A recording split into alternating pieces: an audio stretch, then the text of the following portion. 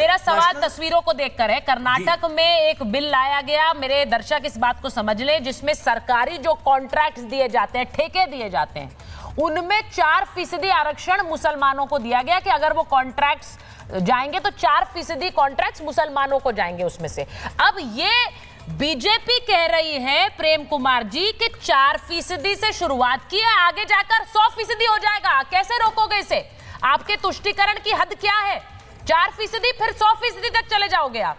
सरकारी कॉन्ट्रैक्ट में मुस्लिम्स को रिजर्वेशन देने का क्या मतलब है भाई?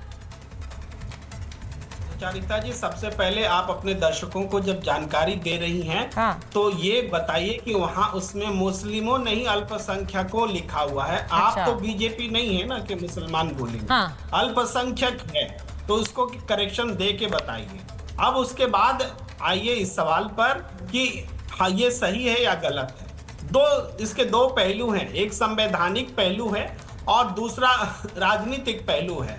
संवैधानिक पहलू में मुझे भी लगता है सुचारिता जी कि ये अदालत में नहीं टिकेगा, ये रद्द हो जाएगा, क्योंकि जो ये चूंकि पैटर्न से हट करके है, जो शैक्षणिक आरक्षण या दूसरे किस्म के आरक्षण होते हैं उससे एक अलग किस्म का ये मॉडल है जो हमारे हिंदुस्तान में कहीं किसी स्टेट में है नहीं। तो मुझे लगता नहीं कि संवैधानिक रूप से ये टिकेगा। तो तीसरी बात है कि राजनीति है, निश्चित रूप से राजनीति है। तो राजनीति है तो इसमें आपको ये भी देखना चाहिए कि आंध्र प्रदेश में जो लागू है 4% रिजर्वेशन, उससे अगर बीजेपी के लिए ये प्रश्न है कि बीजेपी कर्नाटक में इसका विरोध कर रही है तो उसको आंध्र प्रदेश सुचरिता जी मैं इसमें जोड़ना चाहता हूं। बिल्कुल बिल्कुल आ रही हूं आपके पास। चलाएंगे तो आंध्र प्रदेश में चल रहा है 4% आरक्षण और कर्नाटक में हो रहा है तो आप विरोध कर रहे हैं। तब आप पहले तो मैं प्रेम कुमार जी, जब आपने कहा कि ये मुसलमानों के लिए नहीं है, मैं इस पर जरा तुहिन जी के पास जाऊंगी, मैं आपके पास आऊंगी। समीर जी ये इन्होंने कहा कि मुस्लिम तुष्टीकरण पर मुसलमान क्यों कहा गया? प्रेम कुमार जी मैं सिर्फ नंबर्स आपके सामने रख रही हूँ। अल्पसंख्यक माइनॉरिटीज, सुन लीजिए प्रेम कुमार जी, माइनॉरिटीज अल्पसंख्यक कर्नाटक में, एक सेकंड समीर जी, कर्नाटक में तकरीबन 13% मुसलमान माइनॉरिटीज हैं, क्रिश्चियन है तकरीबन 1.2%, जैन तो 0.7% है, सिख और बुद्धिस्ट भी उतने ही हैं। तो माइनॉरिटीज में आपको क्या लग रहा है, डोमिनेंस किसका है? ये इसलिए बताना जरूरी है क्योंकि आपने कहा कि ये मुस्लिम्स नहीं है, ये अल्पसंख्यक है। कर्नाटक में सबसे बड़ी संख्या किसकी है माइनॉरिटीज में, ये भी बता दीजिए। चलिए मैं एक बार इस पर समीर जी से रिएक्शन ले ली। समीर जी ये गलत है बताना, बीजेपी गलत प्रचार कर रही है, वो क्यों कह रही है मुसलमानों के लिए? प्रेम जी एक मिनट रुकिए, एक एक करके नहीं। देखिए सुचरिता जी, ये जो कर्नाटक सरकार ने किया, ये अल्पसंख्यक जो SC ST का कोटा था, उस कोटे को कम करके मुस्लिम लोगों को दिया गया है। इस पूरे कोटे के अंदर SC ST समुदाय जो है, अनुसूचित जाति और अनुसूचित जनजाति, उसका कांग्रेस सरकार ने हक मारा है और मुस्लिम समुदाय को 4% का रिजर्वेशन देने का काम किया है। और ये तो वही सरकार है ना कर्नाटक की जो चुनाव के पहले कहती है कि हम सत्ता में आएंगे तो हम बजरंग दल को बैन कर देंगे। ये वही सरकार है जो PFI के जो आतंकवादी है, जो उग्रवादी है, उनको केस फ्री करके उनको कोर्ट से बाहर निकालने का काम कर रही है। और जो कांग्रेस की जो सरकार है कर्नाटक की, वो जानती है कि राहुल गांधी क्या चाहते हैं। राहुल गांधी वायनाड से लोकसभा सांसद कैसे बने थे, प्रियंका गांधी वायनाड से सांसद है, अभी कल ही सोनिया गांधी AIMU की इफ्तार पार्टी के अंदर गई थी। तो क्यों गई थी? वो मुस्लिम पार्टी है ना, तो मुसलमान वोट तो कांग्रेस का DNA में आ चुका है, उसका कोर वोट बैंक है। कांग्रेस इस बात को जानती है कि बिना मुसलमानों के वोट के वो सर्वाइव नहीं कर सकती है।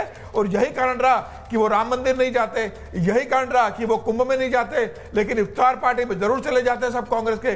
खड़गे साहब कहते हैं कि क्या कुंभ में जाने से गरीबी दूर होगी, लेकिन क्या इफ्तार में जाने से गरीबी दूर होती है? खड़गे साहब ये नहीं बताते। ये सवाल पूछ लीजिए जरा, लारी साहब बैठे हुए, जरा लारी साहब से पूछ लीजिए। पार्टी के नेता बोलते हैं कर्नाटक के, लारी साहब जरा ये जवाब दे दीजिए। वो कह रहे हैं कि कुंभ में जाने से बेरोजगारी खत्म नहीं होती, इफ्तार में जाने से होती है क्या?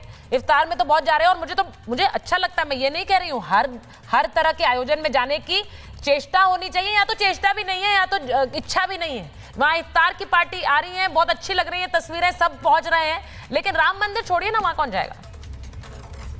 मैम मैं बहुत देर से सुना है और मैं बीच में इंटरप्ट भी नहीं किया हूँ। अभी भाई साहब जो बैठे हुए हैं बोल रहे थे, आप भी थोड़ा सा, समीर जी भी थोड़ा सा ध्यान दीजिएगा।